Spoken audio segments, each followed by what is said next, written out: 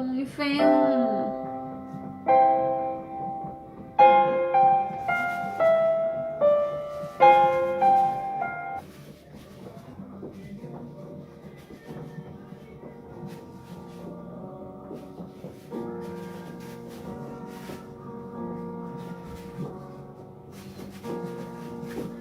No espero ni pido que alguien crea en el extraño, aunque simple relato que me dispongo a escribir. Loco estaría si lo esperara cuando mis sentidos rechazan su propia evidencia, pero no estoy loco y sé muy bien que esto no es un sueño. Mañana voy a morir y quisiera aliviar hoy mi alma. Mi propósito inmediato consiste en poner de manifiesto simple, sucintamente y sin comentarios una serie de episodios domésticos.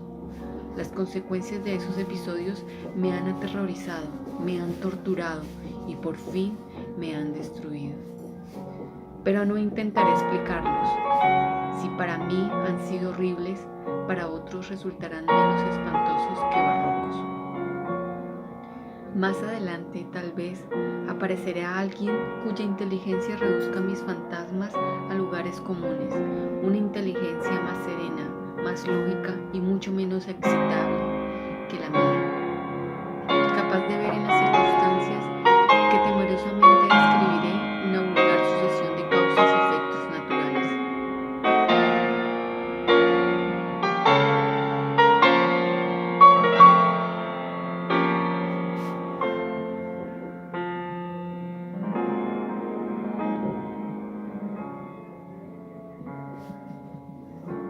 Desde la infancia me destaqué por la docilidad y bondad de mi carácter.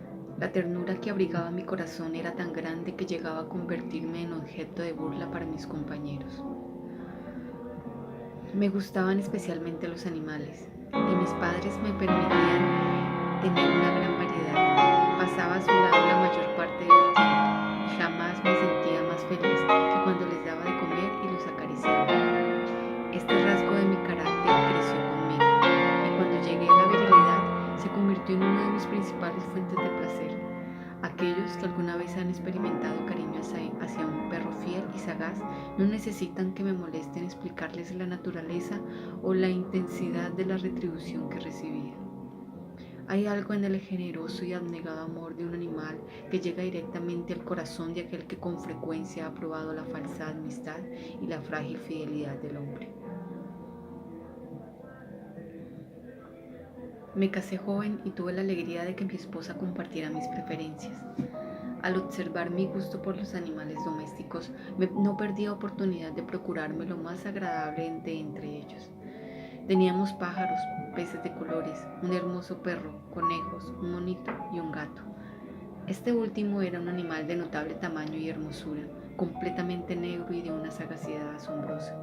Al referirse a su inteligencia, mi mujer, que en el fondo era un poco supersticiosa, aludía con frecuencia a la antigua creencia popular de que todos los gatos negros son brujas metamorfoseadas. No quiero decir que lo creyera seriamente, y solo menciono la cosa porque acabo de recordarlo.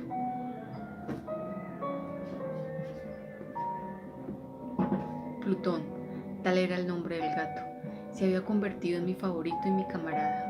Solo yo le daba de comer y él me seguía por todas partes en casa. Me costaba mucho impedir que anduviera tras de mí en la calle. Nuestra amistad duró así varios años, en el curso de los cuales, enrojezco al confesarlo, mi temperamento y mi carácter se alteraron radicalmente por culpa del demonio. Intemperancia. Día a día me fui volviendo más melancólico, irritable e indiferente hacia los sentimientos ajenos. Llegué incluso a hablar descomedidamente a mi mujer y terminé por infligirle violencias personales. Mis favoritos, claro está, sintieron igualmente el cambio de mi carácter. No solo los descuidaba, sino que llegué a hacerles daño. Hacia Plutón, sin embargo, conservé suficiente consideración como para abstenerme de maltratarlo, cosa que hacía con los conejos, el mono y hasta el perro. Cuando por casualidad o movidos por el afecto se cruzaba en mi camino, mi enfermedad empero se agravaba, pues ¿qué enfermedad es comparable al alcohol? Y finalmente el mismo Plutón, que ya estaba viejo y por tanto algo enojadizo, empezó a sufrir las consecuencias de mi mal humor. Una noche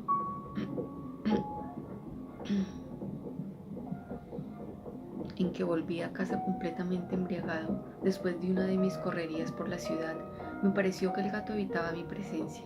Lo alcancé en mis brazos, pero asustado por mi violencia me mordió ligeramente en la mano. Al punto se apoderó de mi furia demoníaca y ya no supe lo que hacía. Fue como si la raíz de mi alma se separara de golpe de mi cuerpo. Una maldad más que diabólica, alimentada por la ginebra, estremeció cada fibra de mi ser. Sacando del bolsillo del chaleco un cortaplumas, lo abrí mientras sujetaba al pobre animal por el pescuezo y deliberadamente le hice saltar un ojo. Me enrojezco, me abrazo, tiemblo mientras escribo tan condenable atrocidad. Cuando la razón retornó con la mañana, cuando hube disipado en el sueño los vapores de la orgía nocturna, sentí que el horror se mezclaba con el remordimiento ante el crimen cometido. Pero mi sentimiento era débil y ambiguo, no alcanzaba a interesar al alma. Una vez más me hundí en los excesos y muy pronto ahogué en vino los recuerdos del suicidio, de lo sucedido. El gato, entre tanto, mejoraba poco a poco. Cierto que la órbita donde faltaba el ojo presentaba un horrible aspecto, pero el animal no parecía sufrir ya. Se paseaba como de costumbre por la casa, aunque como de imaginar huía aterrorizado al verme. Me quedaba aún bastante de mi antigua manera de ser para sentirme agraviado por la evidente antipatía de un animal que alguna vez me había querido tanto. Pero ese sentimiento no tardó en ceder pasó a la irritación. Y entonces, para mi caída final e irrevocable, se presentó el espíritu de la perversidad. La filosofía no tiene en cuenta este espíritu y, sin embargo, tan seguro estoy de que mi alma existe como de que la perversidad es uno de los impulsos primordiales del corazón humano, una de las facultades primarias indivisibles, uno de esos sentimientos que dirigen el carácter del hombre. ¿Quién no se ha sorprendido a sí mismo?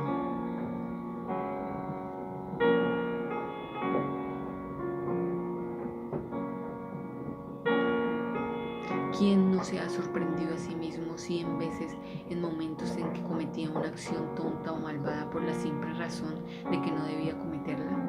No hay en nosotros una tendencia permanente que enfrenta descaradamente al buen sentido, una tendencia a transgredir lo que constituye la ley por el solo hecho de serlo.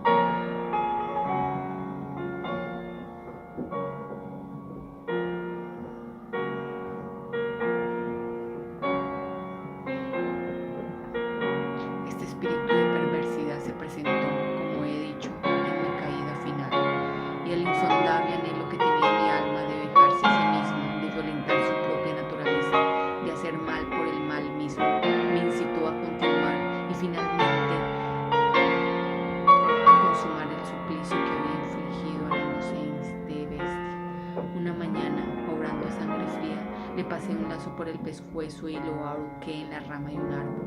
Lo ahorqué mientras las lágrimas manaban de mis ojos y el más amargo remordimiento me apretaba el corazón. Lo ahorqué porque recordaba que me había querido y porque estaba seguro de que no me había dado motivo para matarlo. Lo ahorqué porque sabía que al hacerlo cometía un pecado mortal que cometería mi alma hasta llevarla, si ello fuera posible, más allá del alcance de mi infinita misericordia, del Dios más misericordioso y más terrible. La noche de aquel mismo día en que cometí tan cruel acción, me despertaron gritos de incendio. Las cortinas de mi cama eran una llama viva y toda la casa estaba ardiendo. Con gran dificultad pudimos escapar de la conflagración, mi mujer, un serviente y yo. Todo quedó destruido, mis bienes terrenales se perdieron y desde ese momento tuve que resignarme a la desesperanza. No incurriré en la debilidad de establecer una relación de causa y efecto entre el desastre y mi criminal acción, pero estoy detallando una cadena de hechos y no quiero dejar ningún eslabón incompleto. Al día siguiente del incendio acudí a visitar las ruinas. Salvo una, las paredes se habían desplomado. La que quedaba en pie era un tabique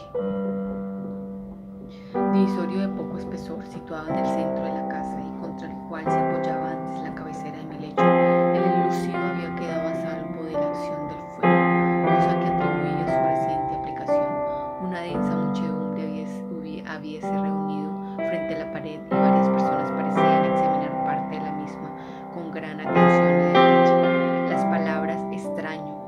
Eso y otras similares excitaron mi curiosidad. Al aproximarse vi que en la blanca superficie grabada como un bajorrelieve aparecía la imagen de un gigantesco gato. El contorno tenía una nitidez verdaderamente maravillosa. Había una soga alrededor del pescuezo del animal. Al descubrir esta aparición, ya que no podía considerarla otra cosa, me sentí dominado por el asombro y el terror, pero la reflexión vino luego en mi ayuda. Recordé que había ahorcado al gato en un jardín contiguo a la casa. Al producirse la alarma del incendio, la multitud había invadido inmediatamente el jardín. Alguien debió de cortar la soga y tirar el gato en mi habitación por la ventana abierta. Sin duda habían tratado de despertarme en esa forma. Probablemente la caída de las paredes comprimió a la víctima de mi crueldad contra el enlucido recién aplicado, cuya cal, junto con la acción de las llamas y el amoníaco del cadáver, produjo la imagen que acababa de ver. Si bien en esta forma quedó satisfecha mi razón, ya que no mi conciencia, sobre el extraño episodio, lo ocurrido impresionó profundamente mi imaginación. Durante muchos meses no pude liberarme del fantasma del gato, y en todo ese tiempo dominó mi espíritu un sentimiento conforme que se parecía sin serlo al remordimiento. Llegué al punto de lamentar la pérdida del animal y buscar en los viles antros que habitualmente frecuentaba algún otro de la misma especie y apariencia que pudiera ocupar su lugar.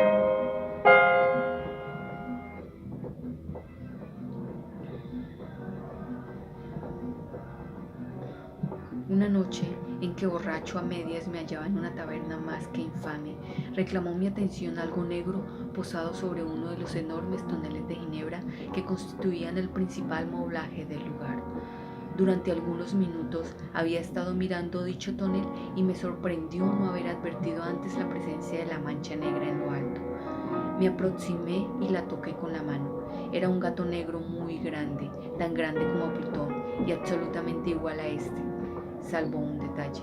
Plutón no tenía el menor pelo blanco en el cuerpo, mientras este gato mostraba una vasta, aunque indefinida mancha blanca que le cubría casi todo el pecho. Al sentirse acariciado se enderezó prontamente, ronroneando con fuerza, se frotó contra mi mano y pareció encantado de mis atenciones. Acababa pues de encontrar el animal que precisamente andaba buscando. De inmediato propuse su compra al tabernero, pero me contestó que el animal no era suyo y que jamás lo había visto antes ni sabía nada de él. Continué acariciando al gato y cuando me disponía a volver a casa, el animal pareció dispuesto a acompañarme. Le permití que lo hiciera, deteniéndome una y otra vez para inclinarme y acariciarlo. Cuando estuvo en casa, se acostumbró a ella de inmediato y se convirtió en el gran favorito de mi mujer. Por mi parte, pronto sentí nacer en mí una antipatía hacia aquel animal. Era exactamente lo contrario de lo que había anticipado, pero sin que pueda decir cómo ni por qué, su marcado cariño por mí me disgustaba y me fatigaba. Gradualmente, el sentimiento de disgusto y fatiga creció hasta alcanzar la amargura del odio. Evitaba encontrarme con el animal. Un resto de vergüenza y el recuerdo de mi crueldad de antaño me vedaban maltratarlo. Durante algunas semanas me abstuve de pegarlo o de hacerle víctima de cualquier violencia, pero gradualmente, muy gradualmente, llegué a mirarlo con asombro, con inexpresable odio y a huir en silencio de su detestable presencia como si fuera una emanación de la peste. Lo que sin duda contribuyó a aumentar mi odio fue descubrir a la mañana siguiente de haberlo traído a casa que aquel gato, igual que Plutón, era tuerto. Esta circunstancia fue precisamente la que lo hizo más grato a mi mujer, quien, como ya dije, poseía en alto grado esos sentimientos humanitarios que alguna vez habían sido mi rasgo distintivo y la fuente de mis placeres más simples y más puros. El cariño del gato por mí parecía aumentar en el mismo grado que mi aversión. Seguía mis pasos con una pertinencia que me costaría hacer entender al lector. Donde quiera que me sentara venía a ovillarse bajo mi silla o saltaba a mis rodillas, prodigándome sus odiosas caricias. Si echaba a caminar, se metía entre mis pies, amenazando con hacerme caer, o bien clavaba sus largas y afiladas uñas en mis ropas para poder trepar hasta mi pecho. En esos momentos, aunque ansiaba aniquilarlo de un solo golpe, me sentía paralizado por el recuerdo de mi primer crimen. pero sobre todo quiero confesarlo ahora mismo por un espantoso temor al animal. Aquel temor no era precisamente miedo de un mal físico, y sin embargo me sería imposible definirlo de otra manera. Me siento casi avergonzado de reconocer, si aún en esta celda de criminales me siento casi avergonzado de reconocer que el terror, el espanto que aquel animal me inspiraba era intensificado por una de las más insensatas quimeras que sería dado concebir. Más de una vez mi mujer me había llamado la atención sobre la forma de la mancha blanca de la cual ya he hablado y que constituía la única diferencia entre el extraño animal y el que yo había matado. El lector recordará que esta mancha, aunque grande, me había parecido al principio de forma indefinida, pero gradualmente de manera tan imperceptible que mi razón luchó durante largo tiempo por rechazarla como fantástica. La mancha fue asumiendo un contorno de rigurosa precisión. Representaba ahora algo que me estremezco al nombrar y por ello odiaba. Temía y hubiera querido librarme del monstruo si hubiese sido capaz de atreverme. Representaba, digo, la imagen de una cosa atroz, siniestra, la imagen del patíbulo. Oh, lúgubre y terrible máquina del horror y del crimen, de la agonía y de la muerte. Me sentí entonces más miserable que todas las miserias humanas. Pensar que una bestia cuyo semejante había yo destruido desdeñosamente, una bestia era capaz de producir tan insoportable angustia en un hombre creado a imagen y semejanza de Dios. Ay, ni de día ni de noche pude ya gozar de la bendición del reposo. De día aquella criatura no me dejaba ni un instante solo. De noche despertaba hora a hora de los más horrorosos sueños para sentir el ardiente aliento de la cosa en mi rostro y su terrible peso. Pesadilla encarnada de la que no me era posible desprenderme, apoyado eternamente sobre mi corazón. Bajo el agobio de tormentos semejantes, sucumbió en mí lo poco que me quedaba de bueno. Solo los malos pensamientos disfrutaban ya de mi intimidad, los más tenebrosos, los más perversos pensamientos. La melancolía habitual de mi humor creció hasta convertirse en aborrecimiento de todo lo que me rodeaba y de la entera humanidad, y mi pobre mujer, que de nada se quejaba, llegó a ser a la habitual y paciente víctima de los repentinos y frecuentes arrebatos de ciega cólera a que me abandonaba. Cierto día, para cumplir una tarea doméstica, me acompañó al sótano de la vieja casa donde nuestra pobreza nos obligaba a vivir. El gato me siguió mientras bajaba la empinada escalera y estuvo a punto de tirarme cabeza abajo, lo cual me exasperó hasta la locura. Alzando una hacha y olvidando en mi rabia los pueriles temores que hasta entonces habían detenido mi mano, descargué un golpe que hubiera matado instantáneamente al animal de haberlo alcanzado, pero la mano de mi mujer detuvo su trayectoria. Entonces, llevado por su intervención a una rabia más que demoníaca, me zafé de su abrazo y le hundí el hacha en la cabeza. Sin un solo quejido, cayó muerta a mis pies. Cumplido este espantoso asesinato, me entregué al punto y con toda la sangre fría a la tarea de ocultar el cadáver. Sabía que era imposible sacarlo de casa, tanto de día como de noche, sin correr el riesgo de que algún vecino me observara. Diversos proyectos cruzaron mi mente. Por un momento pensé en descuartizar el cuerpo y quemar los pedazos. Luego se me ocurrió cavar una tumba en el piso del sótano. Pensé también si no convenía arrojar el cuerpo al piso del patio y meterle